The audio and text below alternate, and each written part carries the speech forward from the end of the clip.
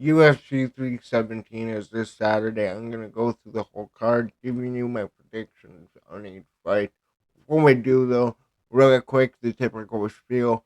If you like the content, subscribe. You guys have been killing it lately.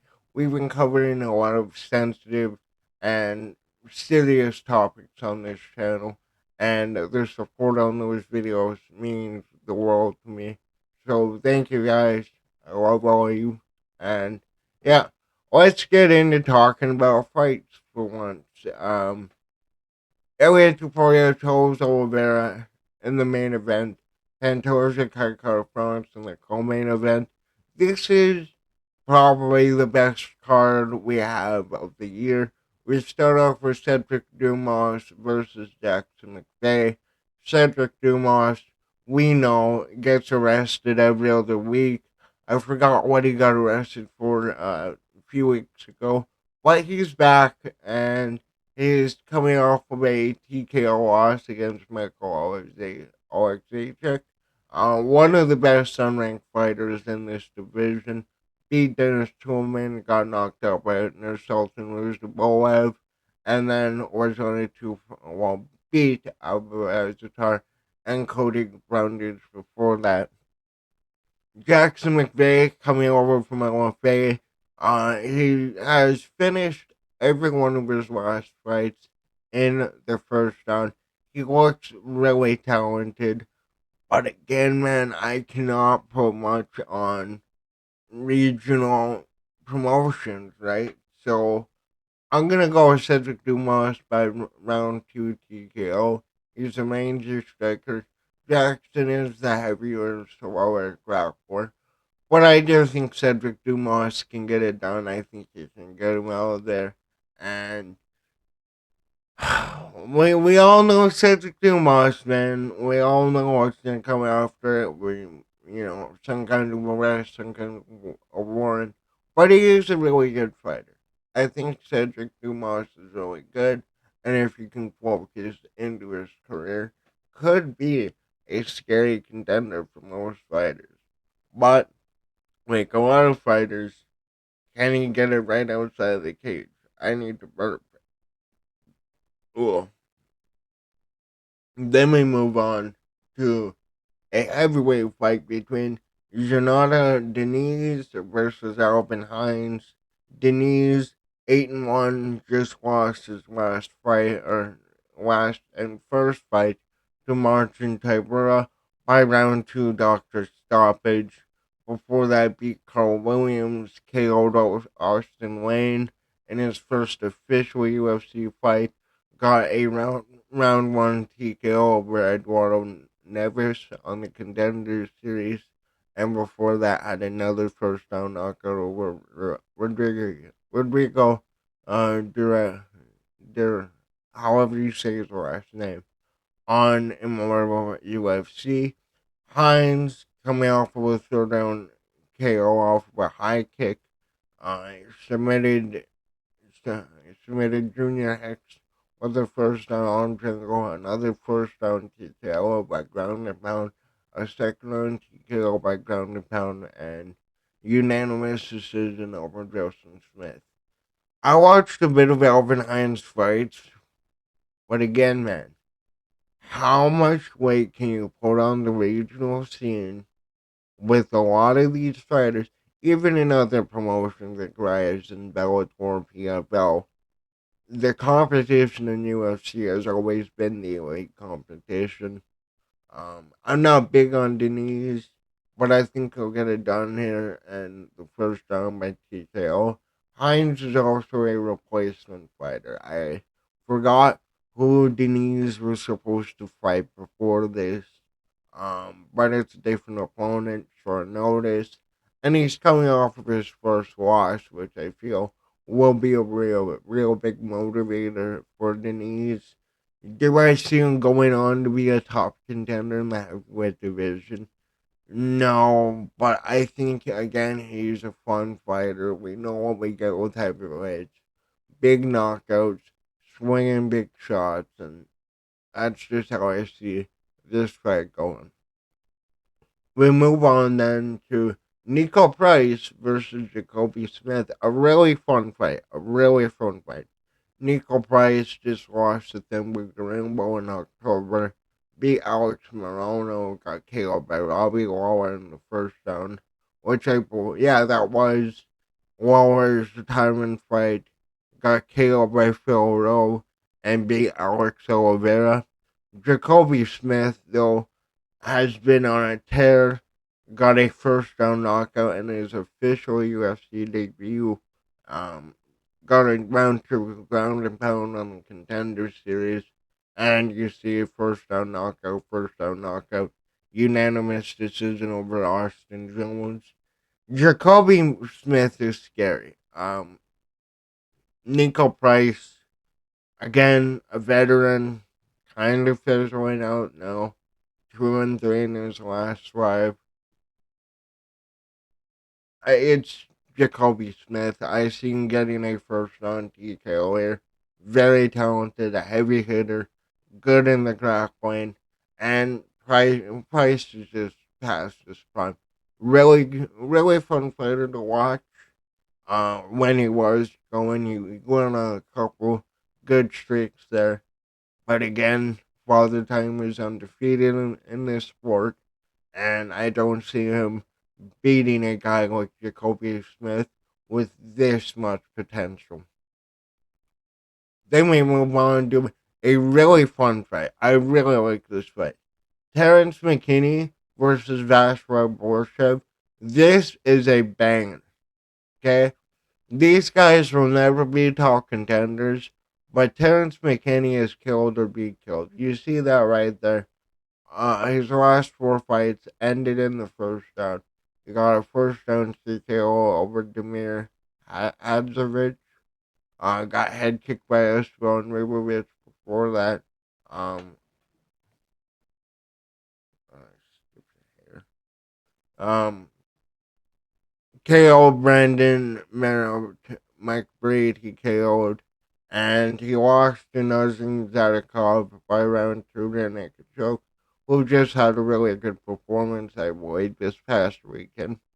Borshev, he lost to Tom Nolan in his last fight, beat James Long top by split decision, got submitted by Chase Hooper, went to a majority draw against Nazim Zadakov again. I highly rate Zadakov, and he TKO Machete Haisier with a right hook and ground and pound in round two. I'm gonna go Terrence McKinney. Now, Terrence McKinney is KO to be killed. This fight is ending in the first round, no matter what. Borshev is really good, but he leaves a lot to be desired. When I look at Borshev, he's good on the feet, he's good on the ground, but he doesn't really have that X factor that stands out above all of the fighters. Where this is what Borshev is good at. If this fight goes here, you're fucked. I don't see that with Borshev. Terrence and Kenny are really big for the lightweight division, but again, it's just he's killed to be killed. There's no other way around it. But I will pick him to win by first round knockout, continuing his streak of first round fights. Um, another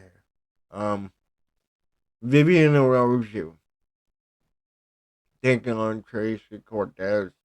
Um, wow. Okay.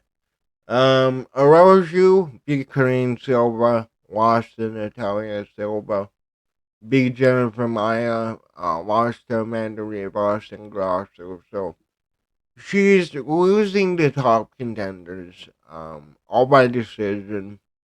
Cortez just lost to Rose Namajunas in July of last year, former champion, all that stuff. Beat Jazz and Jazz Vicious, which is a win that is aging with fine wine. Melissa Gatto beat by unanimous decision Justin Kish and Stephanie Egger. This is a women's MMA, right? I don't need to think this through much. I like a relationship, but again, it's looking at her, looking at the competition that she's facing. She's not beating any of the top contenders. She's not beating really any of the middling contenders. So I think that Tracy Cortez gets this done by decision. Lost to Rose Namajunas, again former champion, and beat Jasmine Jazz Vicious. Yes, I'm using MMA math because that is the only way I know how to predict women's MMA. Once again, how many times have I said it? Best fights on the cards, or they are piss breaks. No in between. Now, we move on to Hyder Mill taking on Jose Delgado. Hyder Mill, undefeated. He has a very DDP like approach to fights where it's heavy pressure, constantly on you, blitzing you. He just beat William Gomez by split decision in March. KO'd Jung Young Lee in the first round. TKO'd Fernia Garcia in his official UFC debut. Got a unanimous decision win over Irma Zomez on the Contender Series. And in LFA, he left off of a second round TKO. Delgado KO Conor Matthews in his UFC debut. KO'd Ernie Juarez on the Contender Series.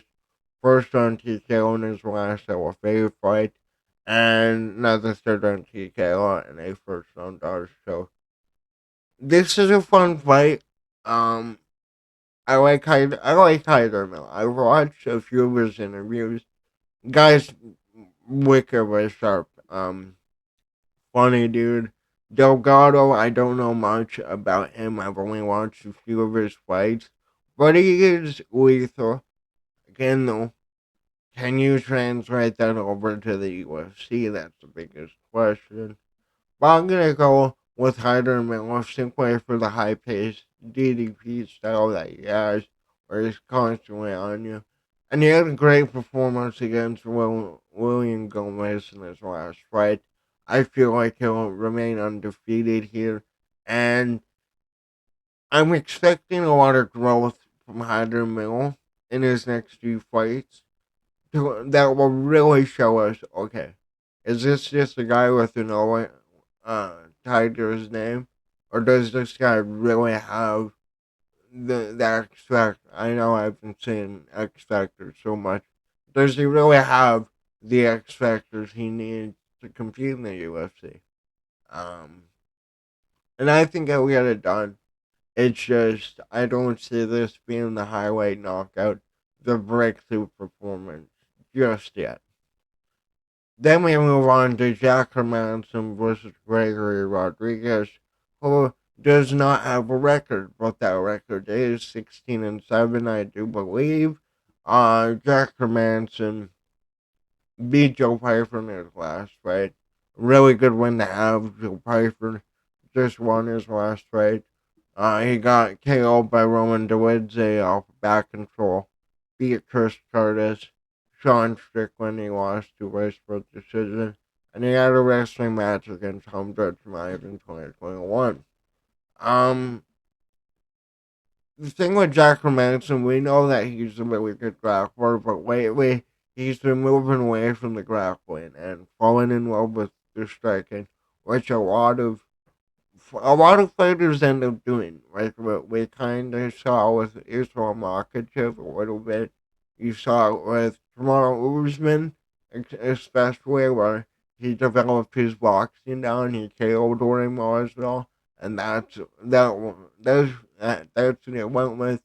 And the Leon fights and the Jorge fight, second Jorge fight, and even the second Kobe fight. And the first one too, because I don't think he got Kobe down that much. Rodriguez just got knocked out by Cannonier in the fourth round in his last fight. Worked really good in the early rounds. Jared Cannonier came back, got the finish. Christian Leroy Duncan, he beat by unanimous decision over in the UK last year. Brad Tavares, he TKO'd Dennis Tulin. he KO'd from back mount with some elbows. And he lost to Bruno Ferreira by a first down counter left. And um, I don't know what to think about Gregory Rodriguez. Because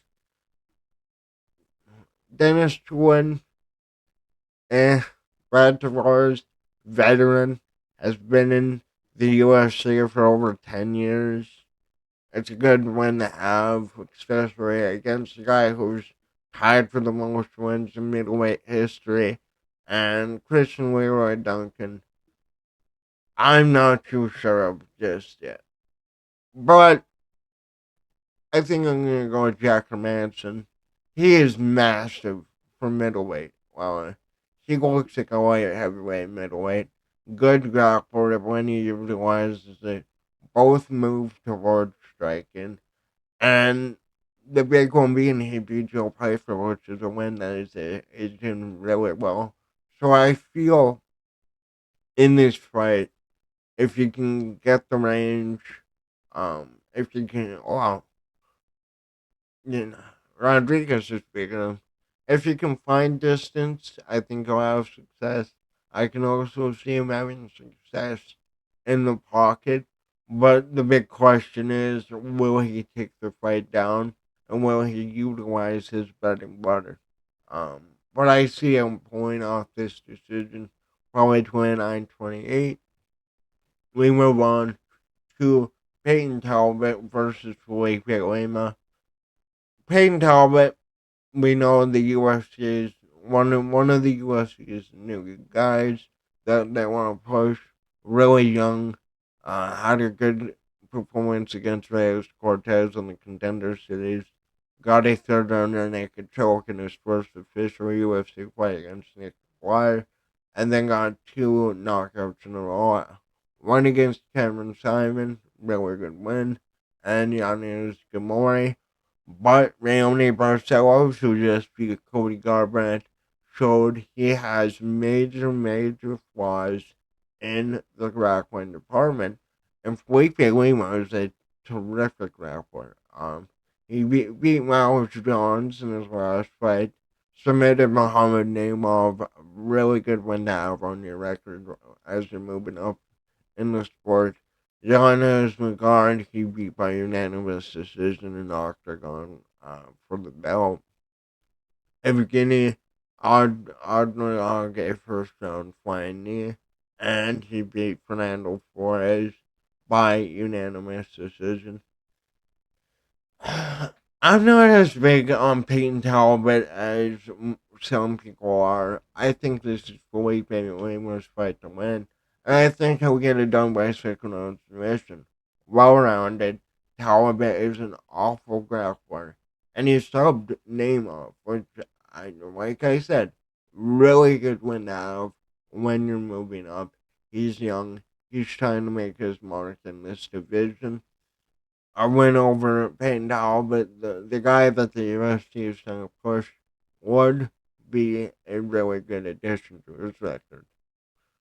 We move on to Benil Dariush versus Renato Moicano, a fight that was supposed to happen in January, but Armand Sorokin ended up hurting his back the day before the fight, and Moicano had to step in. Obviously, losing to Islam in the first round by Darstroke. I guess we're going to start off with Moicano. At a more than just, excuse me. Yeah, the round two TKO over Benoit Saint Denis due to an eye injury. Jalen Turner, he beat by a ground and pound in round two on the UFC 300 card. Um, Drew Delber beat by unanimous decision. Brad Riddell, he submitted. He was on a 5-fight win streak. I forgot who he beat before Brad Riddell. But he was on a good run. He is a veteran. He comes from the featherweight division like most of these lightweights. Poirier, Oliveira. Then Benil Dariush. Now, Benil Dariush, when he was going on his run, when he was in his prime, was a scary matchup for everybody in the division. But when he got to Charles Oliviera at UFC 289, which was a title eliminator, he got TKO'd in the first round by ground and pound, and then he fought Arman Sarukian, now the number one contender, got TKO'd in the first round once again. Um, it's tough, man. I've never been like a big Benil Dariush fan, but Benil Dariush is like such a nice guy. Really, really good prime, but I don't know. I see him aging out. I think Dariush is done. He's chinny, and he hasn't fought for more than 2 years. Moicano has been active, put together a really good streak of fights, and he's becoming a star for the UFC. He can promote himself, good on the mic. He has his own YouTube channel. I'm pretty sure he has his own podcast, and yeah, this is one of the UFC stars that maybe, just maybe, you do extra promotion with him, and other fighters that promote themselves. Shocking, but I see him getting it done by decision. I don't see Darius getting finished. Um, could happen again with age. Nobody can beat it. But I see it going to a decision, and I just see Moicano outlanding him, getting the best of Vanille Darius in most of the grappling exchanges, and working his way to an easy 30-27.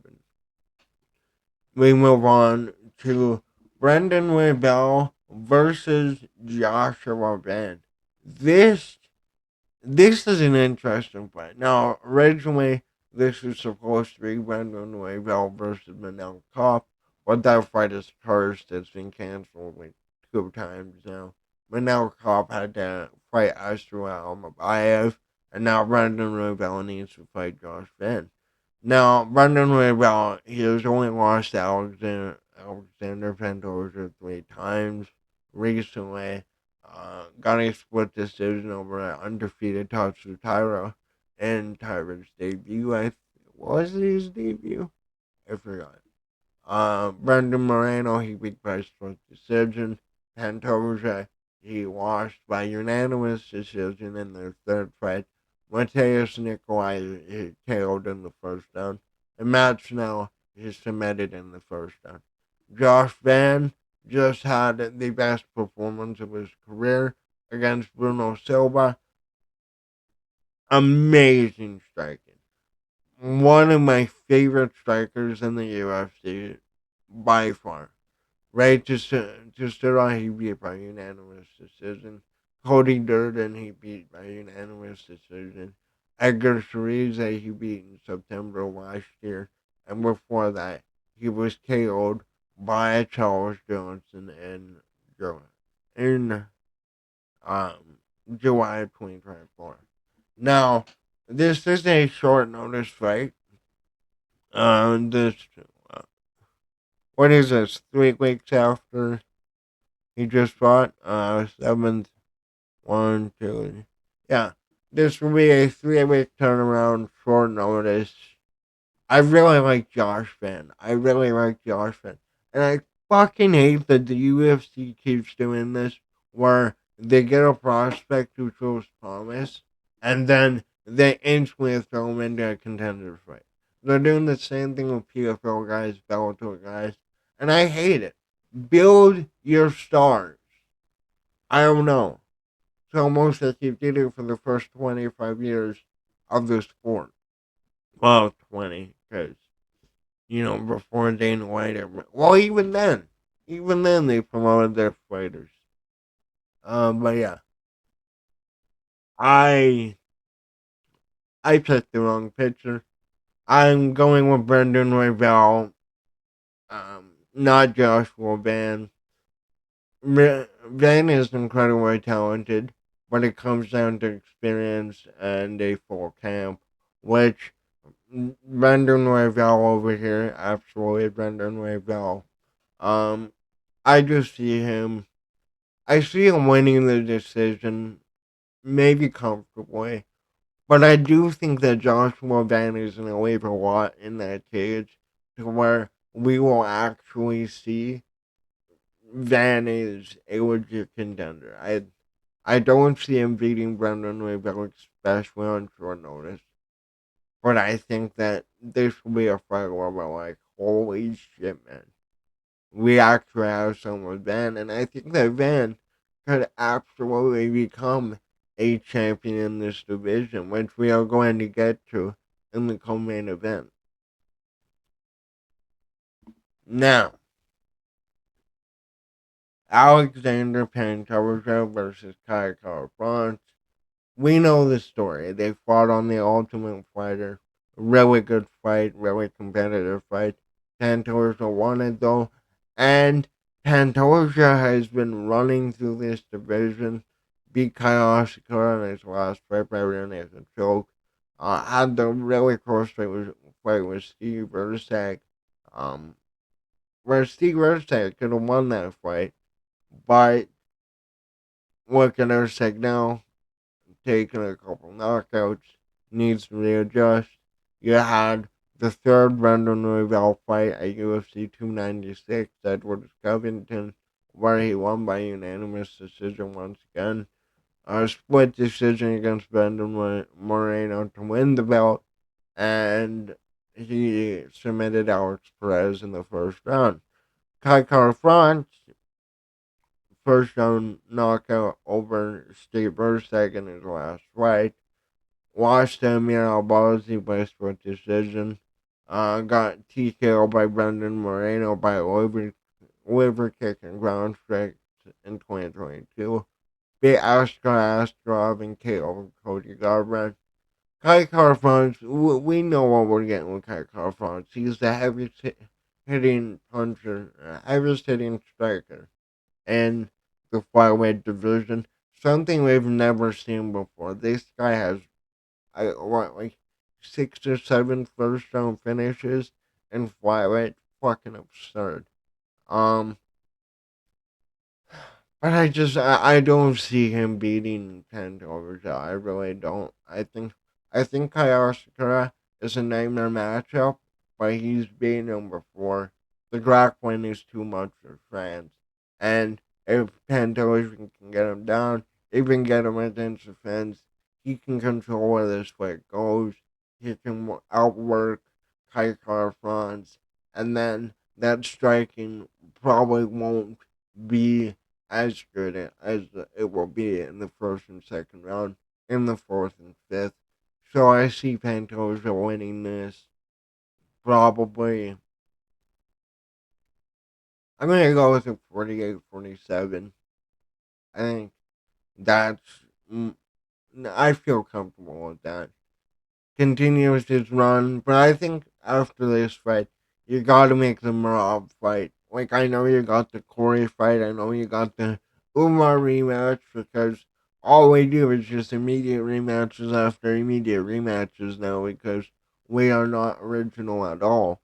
But yeah, I see him getting it done, continuing to defend his belt, and making his case as the greatest flyweight of all time. Now, I know that is a very, very shocking sentence to hear, but like Lucas Tracy always says, the level of competition now, when you look at DDP, Pantoja, Pereira, the level of competition is beyond, the old 2009 days where you really only had a few well-rounded fighters and then a bunch of specialists.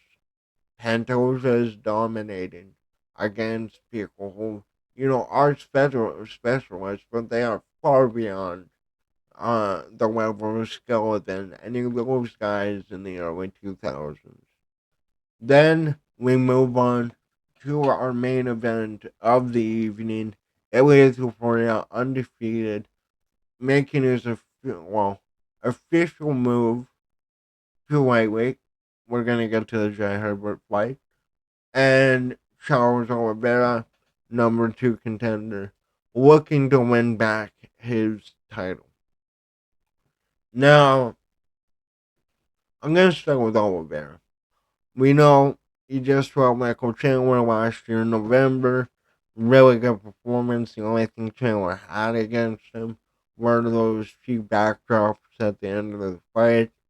Really close decision loss to Armand Sarukian, which I really hope we do get a 5 round rematch of that fight because it was incredible. Benil Dariush first round TKO after losing to Islam Makhachev. You obviously had the loss to Islam Makhachev by an arm triangle in the second round. And before that, he missed weight, fought Justin Gaethje, but some mitigation in the first round. Oliveira is basically everybody's favorite fighter. Just a happy dude, really good striker, really good grappler, can do anything. But you look at that. Alexander Volkanovski, second round TKO. Max Holloway, third round TKO. I think he gets done. I think he knocks out Oliveira. He has the Connor effect. Ilia Topuria is going to be the next face of the UFC, more so than Islam Makhachev, I do believe. You know, on the language barrier and all that stuff. He just KO'd 2 all-time fighters back to back, and Volk and Holloway. If he adds Oliveira to that, it's one of the greatest 3 fight win streaks out there.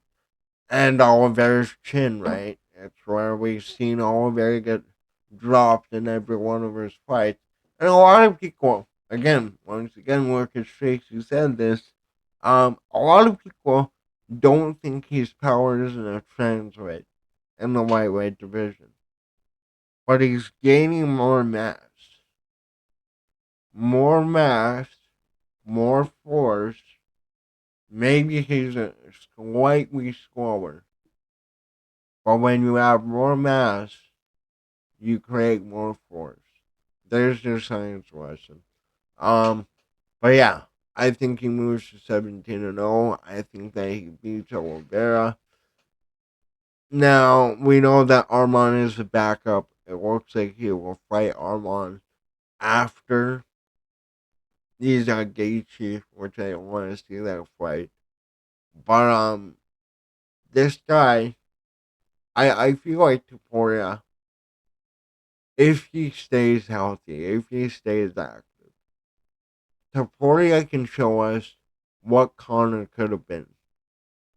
Now I hope that Topuria doesn't, get into the party phase and just completely lose himself. Same way Conor did, same way Jones did, same way a lot of the other faces of the UFC do. But I think Ilia Topuria, he's 30, 31. I know he wants, or he's just about to be 30. I know he wants to retire around 30. I would say he goes until he's 34. Defends the lightweight belt a few times, and if he does, I think he goes to the third belt. I think he would really struggle with trying to get the third belt. But if he can move out there and even have, a competitive performance against a Markachev, a JDM, a guy like guys like those, it would shoot Taporia up to top 5. Like I don't know where he would rank after he would beat Oliveira, but this guy is speedrunning one of their greatest careers, a lot like Alex Alex Pereira. But yeah, those are my predictions for this weekend. Let me know your predictions down below. What do you think about mine? I'm going to upload this, and then what are we at for time here? We are at 5:36. Maybe our stream. Maybe our stream.